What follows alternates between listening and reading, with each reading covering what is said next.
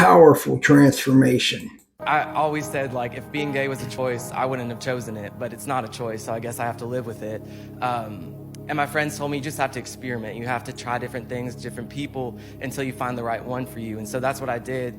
I would try to date somebody. It would go horribly, and it would leave me feeling worthless, depressed, and I would try again. And it was a cycle of just getting worse and worse, to the point where I was struggling with mental health, depressed, treating myself with drugs, from weed to psychedelics, all those things. And it was actually during one of those psychedelic trips that I had the realization that I was a transgender woman. That the reason I hadn't found a person for me yet was because I was a woman trapped inside of a man's body. And if I just transitioned, I would find that person for me. Transgender ideology wasn't huge growing up where I was, but the LGBT stuff was growing at that time. So it made sense. My community accepted me. I started living out that life my senior year of high school. I mean, I was searching. Like I said, being a transgender woman was not satisfying to me. So I was looking in other spiritual disciplines like astrology, tarot, new age sort of stuff. But I had one friend at the time, because I was just a mess at that time. Most people didn't want to come near me.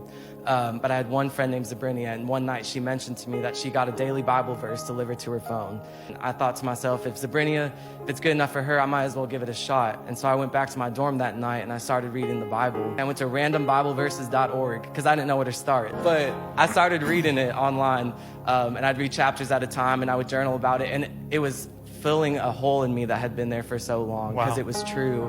I couldn't even tell you what I was reading, but I knew that it was true. And so I was coming to believe in Jesus and in the Lord, but I was seeing those verses about who I was. I was dressed up as a woman while I'm a man, reading the Bible and finding truth and life in it. And so I'm praying about these verses about how can this be? If the Lord is good, then why did he create me this way?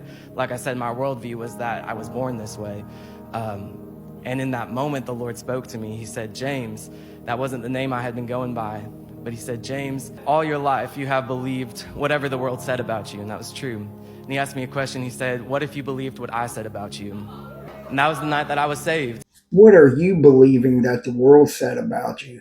The Lord's calling you by name, and he wants to save you. Would you come to him? If you don't know how to come to Jesus, watch the video in the link and subscribe now to the channel.